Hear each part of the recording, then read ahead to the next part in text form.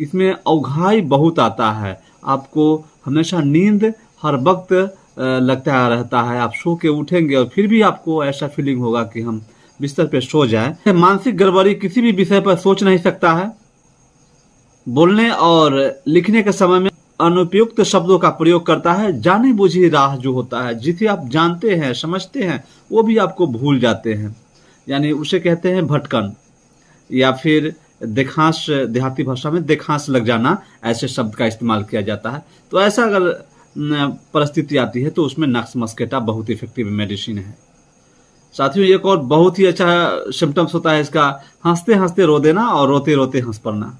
दोनों कंडीशन होते हैं, या तो हंसते हंसते रोने लगता है या रोते रोते हंस देता है। तो ऐसे सिम्टम्स में भी ये बहुत इफेक्टिव मेडिसिन है। साथियों, मुंह और जीभ में खुश्की रुई जैसा अगर लार निकलता हो, हालांकि ये सिम्टम्स मर्कुरियस में भी होता है और नक्स मस्केटा में भी होता है। नेक्स्ट है साथियों, रोगी जिस करवट सोता है उस करवट कुचल जाने जैसा अगर दर्द होता हो तो बहुत इफेक्टिव है नक्स मस्केटा। और प्रत्येक बार भोजन के बाद पेट फूल जाना, इसके बहुत ही बेहतरीन सिम्टम्स है।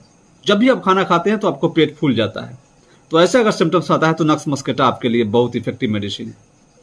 गर्मी के दिनों में ठंडी चीजें पीने पर, शरद ऋतु में बहुव्यापक है, और गर्म दूध पीने पर, और बच्चों में दांत निकलने पर, और गर्मी की अवस्थाओं में अगर पतला पैखाना हो तो उसके लिए भी बहुत इफेक्टिव है नक्स मस्केटा। ऋतु स्त्राव में खून काला और गाढ़ा ऋतु स्त्राव अगर होता है, ऋतु के बदले खून का लिकोरिया अगर होता हो, खून का स्त्राव अगर होता हो तो भी बहुत इफेक्टिव है।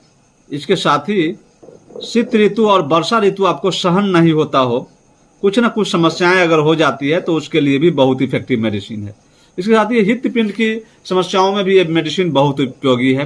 अगर आपको कलेजे में धड़कने बढ़ जाता है, कलेजा खाली खाली रहता है, तो ऐसी स्थिति में भी ये बहुत इफेक्टिव मेडिसिन है। और इसे 30 पोटेंसी में 2 बूंद सुबह दोपहर शाम यूज करने से बहुत ही अच्छा रिजल्ट मिलता है। इसी के साथ have a nice day. Thank you so much. Good bye.